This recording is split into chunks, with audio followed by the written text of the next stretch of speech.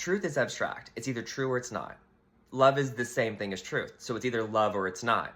The ego does not believe that. The ego uses spectrum, variation, nuance, details. So in the sense that there is small love, medium love, and big love.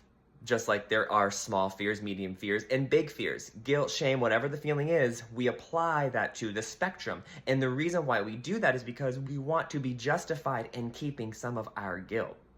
We want to find reasons to not forgive that person, to not forgive ourselves, to not move on and accept reality, to not clear it, to not cleanse it.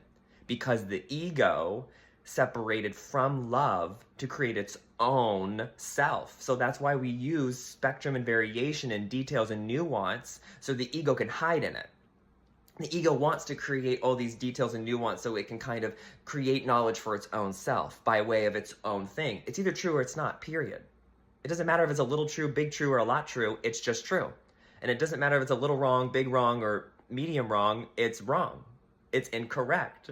But the ego wants to use that as a way to say and to measure it, to evaluate meaning and to measure meaning, to sort of kind of position meaning under a justification to say, yeah, I'm allowed to guilt that person. But the ego's making all that up. So it's either true or it's not. It's either love or it's not. If it's not love, then it's not true. But you can make things untrue real to you, which is an illusion. That's how we delude ourselves. We think guilt is true. But if you stop believing in guilt, where does it go? It disappears. So how can it be true? Truth can never stop existing. Love cannot stop existing. It is us that stops singing it.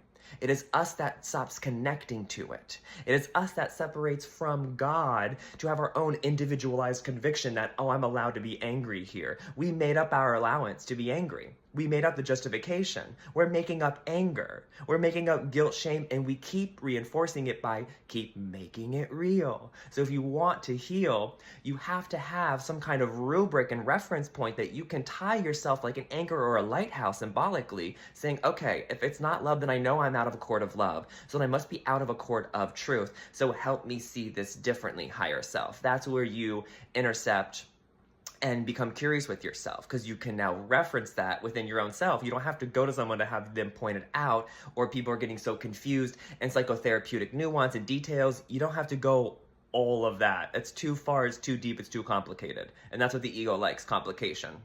It wants to complicate itself into the bag of guilt when it can just get out of its own bag and through forgiveness and gratitude and have peace. So just keep that as a reminder as you're healing yourself. Just understand the line. Is it love or it's not? If it's not love, it needs your attention.